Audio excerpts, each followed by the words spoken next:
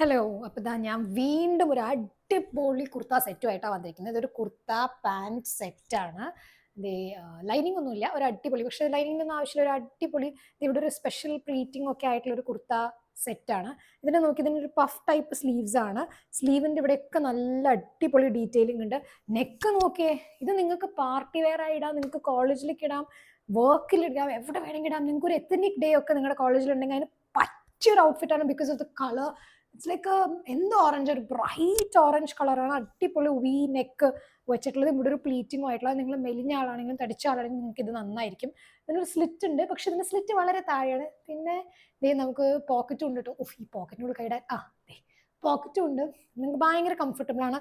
അപ്പം ഞാനിത് സ്റ്റൈൽ ചെയ്യാൻ പ്ലാൻ ചെയ്തിട്ടുള്ളത് എങ്ങനെയാണെന്ന് നോക്കിയാലോ. അപ്പോൾ ഇത് എൻ്റെ കയ്യിൽ രണ്ട് ഓപ്ഷൻസ് ആണ്. ഒന്ന് ഈ ഒരു ബ്ലൂ കളർ ഇയറിംഗ് ആണ് എൻ്റെ കയ്യിലുള്ള ഓപ്ഷൻ. രണ്ടാമത്തത് ഈ ഒരു ഓറഞ്ച് റിങ് കാണാണ്ടെന്ന് ഞാൻ വിചാരിക്കുന്നു. അപ്പോൾ ഇതിൽ രണ്ടിലും നമുക്ക് ട്രൈ ചെയ്ത് നോക്കാം. എനിക്ക് കണ്ടിട്ട് ഇഷ്ടപ്പെട്ടത് ഈ ബ്ലൂ ആണ്. അപ്പം ഞാനൊന്ന് ഈ ബ്ലൂ ഇട്ട് നോക്കട്ടെ. ഓക്കെ, അപ്പം ഞാൻ റെഡിയായി. ഇതേ ഞാൻ ഈ ഒരു ബ്ലൂ ഇയറിംഗ് ആണ് ഇട്ടത്.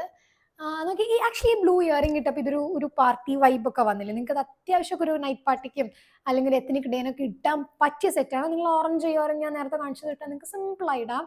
അപ്പോൾ ഇഷ്ടപ്പെട്ടില്ലേ? ഭയങ്കര അഫോർഡബിൾ ആണെന്നാണ്.